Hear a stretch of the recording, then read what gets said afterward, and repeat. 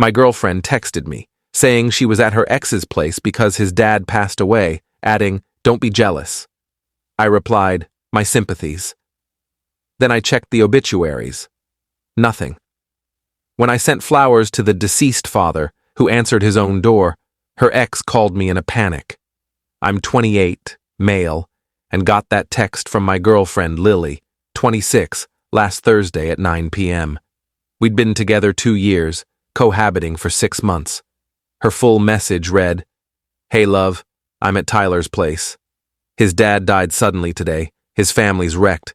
I know it's odd, but he called me sobbing and I couldn't refuse. Don't be jealous. I'll be home late." Tyler's her college ex. They dated 3 years, split 4 years ago. He still drops heart emojis on her Instagram posts. I texted back, "My condolences to his family." No rush. She replied with a heart emoji and, "This is why you're amazing, so understanding." Something felt off, not her comforting an ex. Grief is grief, I get it. But the "don't be jealous" part. Why say that unless there's a reason? So I did what any sensible person might. I checked local obituaries online. No one with Tyler's last name, Peterson. Searched funeral home sites. Nothing. Checked his dad's Facebook, public profile. He'd posted about a fishing trip that morning. Curious. I didn't confront Lily. Instead, I played the caring boyfriend. Next morning, I ordered a sympathy bouquet from a florist. "To the Peterson family, deepest condolences on your loss." Sent it to Tyler's parents' house that afternoon. 2 hours later, my phone blew up. Tyler called 15 times in 3 minutes. I let it go to voicemail. His message, "Man, what's your deal? Why'd you send flowers to my parents? My dad's freaking out thinking it's some death threat." Not cool. I texted, "Lily said your father passed away suddenly." I was being respectful. "Is he okay?" Silence for 10 minutes. Then, "I need to call you. I'm working." Text works. It's a mix-up. What mix-up makes someone say your dad died? No reply. Lily called 20 minutes later. I answered. "Hey love," she said, voice unsteady. "There's been a weird mistake." "Oh?" I got confused. It was Tyler's great-uncle, not his dad. "His great-uncle died and you went to his house here to comfort him?" "Yeah, he was super close to his great-uncle who lives out of state." "What's his name?"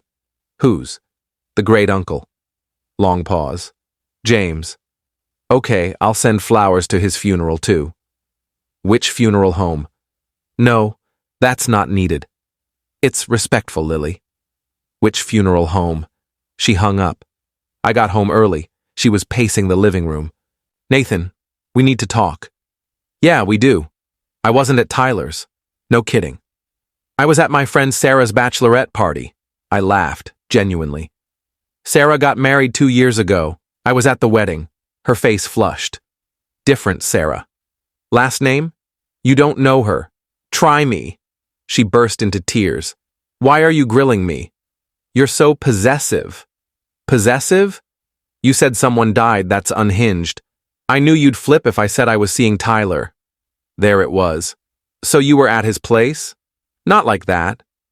Just catching up as friends, but I knew you'd be weird, so I made it up." "You made up a death?" I panicked. I stood. "You need to leave." "What, Nathan?" "Seriously? You lied about someone's parent dying. You made me feel bad for fake grief. That's not a small lie, it's insane." "You're ending us over this?" "Yes." She grabbed her things and left, crying about how I was overreacting. That night, she sent 82 texts. Apologies, insults like, "You're pathetic," claims Tyler treated her better, then pleas to reconcile. I ignored them all. Update 1. The entitlement's unreal. Lily moved back to her mom's. Her mom, Ellen, has been calling nonstop, leaving 12 voicemails about me throwing away a perfect relationship over a misunderstanding. But here's the juicy part. Tyler's girlfriend, Mia, DM'd me on Instagram. Turns out Tyler's been dating Mia for 8 months. She saw my name in his phone when he panicked about the flowers. Mia and I met for coffee yesterday. She spilled everything. Tyler's texts, which she screenshot, show Lily visiting for closure talks for months, always when Mia was at work. Lily told Tyler she was basically single because I was emotionally distant. The night of the fake death, they hooked up. Mia dumped him on the spot. She sent me everything, including a photo Tyler took of Lily in his bed that night, wearing the necklace I gave her for our anniversary. I forwarded it to Lily. Your mom can stop calling now. Her reply was wild. You had no right to share my private info with strangers. That's illegal. I responded. You were clothed. Also, Mia's not a stranger. She's the other woman you betrayed. Then the entitlement peaked. Lily showed up at my workplace during lunch. Security escorted her out after she yelled about me ruining her life and turning people against her. My coworker Alex filmed it. Lily said, verbatim, I only lied because you're dull. Tyler makes me feel alive, but I chose you for security. The whole office heard. My boss gave me the day off and suggested a restraining order. But there's more. That evening, Ellen, Lily, and Lily's dad, Greg, showed up at my apartment for an intervention. Greg, son, relationships need forgiveness. We're not together. She made one mistake. She's been cheating for months. It wasn't cheating, just talking. Mia has photos that say otherwise. Greg, what happens between a man and woman is private. Then keep it private. Don't bring it to my home. Ellen tried. Lily's been battling anxiety. This isn't her. Lily nodded. I'm unwell. I need help, not abandonment. Then get help somewhere else. Greg got heated. You're tossing 2 years over texts. Man up. A man doesn't stay with someone who lies about deaths and cheats. They wouldn't leave. I called the police. Lily claimed I was holding her stuff hostage. I showed the cops our texts, where she admitted taking everything when she left. They warned them to leave or face trespassing charges. As they left, Ellen yelled, You'll regret this when you're alone forever. Lily added, No one else will deal with your dull ass. Cool. Still not taking her back. Update 2. It's escalated to absurd levels.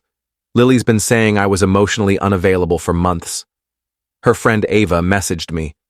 Lily's told everyone you're basically roommates, said you haven't been intimate in 6 months and she thinks you're not into women. Funny, since we were intimate the morning before her fake death text. But here's what Lily did next. She posted a social media narrative about escaping a loveless relationship, claiming she found the strength to leave her emotionally abusive partner. No names, but our mutual friends knew it was me. Posts included, Sometimes the perfect person is the one crushing your spirit. I gave 2 years to someone who couldn't give me a moment of warmth. Tyler showed me what love really feels like. She posted a photo with Tyler captioned, When you find your person after settling for years. Her friends praised her courage, one even planning a liberation party. I didn't go public. Instead, I compiled a timeline. 1. Lily's texts saying she loved me the day before. 2. Her admitting the death lie. 3. Her admitting she was with Tyler. 4. Tyler's texts to Mia about their affair. 5. The bed photo. 6. Her work outburst about choosing me for security. 7. The police report from her family's trespassing. I sent it privately to 5 mutual friends who'd supported her posts. Within hours, the tide turned. People called her out, and her liberation party was canceled. Lily doubled down, posting that I was exploiting her pain and turning people against a victim. Then Tyler dumped her via text. Too much drama. You said you were single. I'm out. Lily called me at 2 a.m. sobbing, Happy now? You ruined everything. I didn't do anything. You lied, cheated, and faced the consequences. Tyler was my soulmate. Your soulmate who dumped you after a week? He left because you made this public. I told 5 people privately. You're cruel. Pure evil. Okay, I'll ruin you. Good luck. She hung up. The next day, she tried. Called my employer, claiming harassment. HR called me, saw the work outburst footage, banned her from the premises, and offered legal support. She told my landlord I was selling drugs. He laughed, knowing I'm a quiet tenant who's asleep by 10 p.m. She called my mom, saying I was unstable and needed an intervention. My mom's reply, "The only unstable one is someone faking deaths. Lose my number." The peak madness. Yesterday, Lily sent a printed letter with terms for reconciliation. 1. I publicly apologize for overreacting. 2. I delete all evidence of her error. 3. I pay for couples therapy. 4. I apologize to Tyler for the flowers. 5. I let her move back in. 6. We act like it never happened. At the bottom, you have 48 hours or I'll move on permanently. I framed it. It's in my dining room. My friends love it. Update 3. Lily didn't move on. She's now dating Tyler's friend, Dylan. Yep, her ex's best friend. Dylan DM'd me on Instagram. "Hey, no bad blood. Lily told me you were basically roommates, emotionally neglectful. Glad she's free. I sent a photo of the framed terms, captioned, 'This look like a roommate's move?'" He blocked me. Karma's gorgeous. Mia, Tyler's ex, and I became friends through this chaos. She's in HR at a big downtown firm. Guess who applied there? Lily. Mia, ever professional, didn't sabotage but flagged culture fit concerns about someone who fakes deaths and causes workplace scenes. Lily didn't get the job. She learned Mia worked there via a mutual friend and threatened to sue for defamation and career sabotage. Mia's reply, "Truth defends itself." I have screenshots. Meanwhile, Dylan discovered dating Lily. She was texting Tyler for closure, texting me about mistakes, and told Dylan's mom they were getting engaged after 5 days. She updated her Facebook status to engaged to Dylan and started a Pinterest wedding board. Dylan lasted 9 days before calling me. "Man, I'm sorry. You were right. She's nuts." The breaking point, Lily called his ex, who lives abroad and hasn't spoken to him in 3 years, warning her to stay away from her man. So, Lily's single again and went full meltdown, launching a blog, Healing Through Love, detailing her escape from abuse. Every post was about me, thinly veiled, calling Noah a controlling narcissist who isolated her and devalued her. It gained traction with strangers until Mia and I made a site, The Truth, with all the screenshots, timelines, and evidence. We didn't promote it, just shared it with anyone asking about her blog. Her blog went private. Final update: the universe loves a good laugh. Last week, I ran into Tyler's dad at the supermarket, the dead one. He knew me instantly. "You're the flower guy." We chuckled. Then he said, "That girl your ex was messing with my son about? She's trouble. Keeps calling our house, crying about some Dylan guy." My wife blocked her. "She's not my problem anymore," I said. Smart. She told my wife you were abusive because you didn't notice her new shoes once. We laughed. The real finale. Lily emailed me last night. Subject, "You win." The email, "Hope you're satisfied. You turned everyone against me. Tyler won't talk to me. Dylan blocked me. My friends think I'm unhinged. My mom says I need therapy. My dad won't pay my rent anymore, says I need to learn responsibility. You destroyed my life over one lie. I was just sparing your feelings about seeing Tyler. I could have cheated silently, but I was considerate with a reason. Now I'm moving back home, living with my parents at 26, working at my uncle's insurance office because no one else will hire me. You ruined everything. Karma's coming for you." I replied, "Karma hit someone here." It wasn't one lie. It was months of lies, cheating, manipulation, harassment. Good luck at the insurance office. She shot back, "I hate you." I didn't respond. I'm thriving, dating Sarah from my hiking group. She thinks the saga's insane, jokes about faking deaths to skip bad dates. My cat died, got a bail.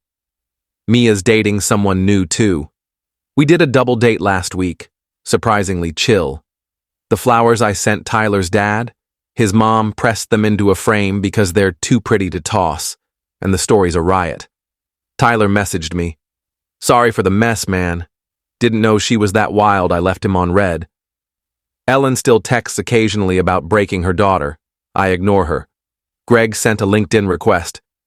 No hard feelings, son. Business is business. No clue what that means.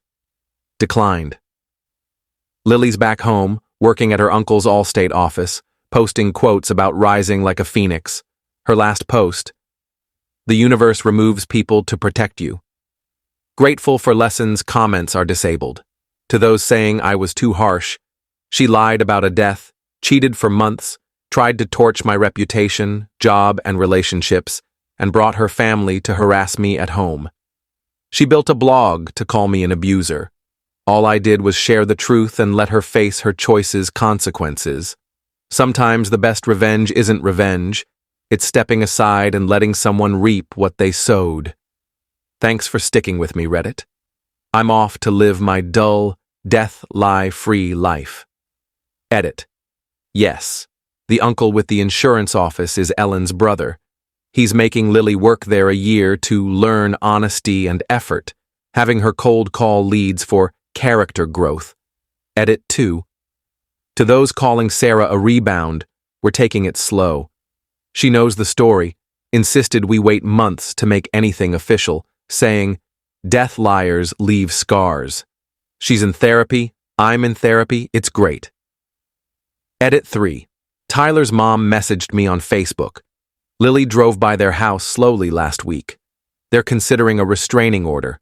The flowers I sent are still in their dining room. Something good came from this chaos.